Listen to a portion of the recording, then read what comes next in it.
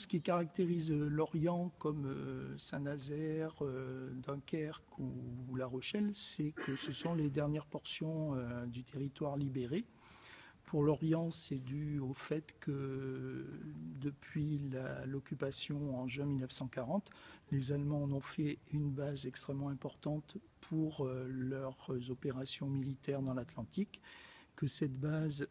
a complètement phagocyté finalement la région, que les Lorientais en ont été expulsés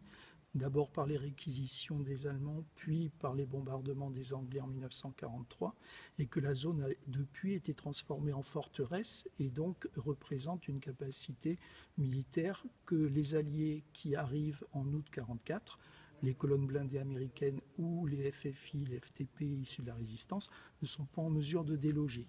Donc s'installe à ce moment-là une poche qui dure 9 mois jusqu'à la capitulation générale du Troisième Reich le 7 mai 1945. Si vous deviez retenir une image, un fait de cette libération de la poche, ce serait ?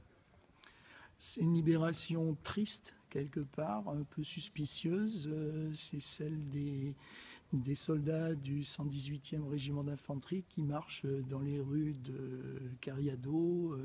Ils ne s'arrêtent pas devant les bouquets des dames qui sont là à les attendre. Une soirée comme celle-là permet, 70 ans après, de continuer à voir s'exprimer des témoins qui vont nous faire part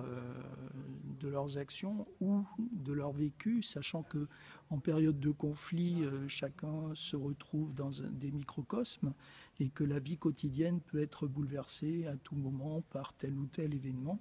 Donc faire appel aujourd'hui à ces témoins, notamment à ceux qui peut-être ne se sont pas exprimés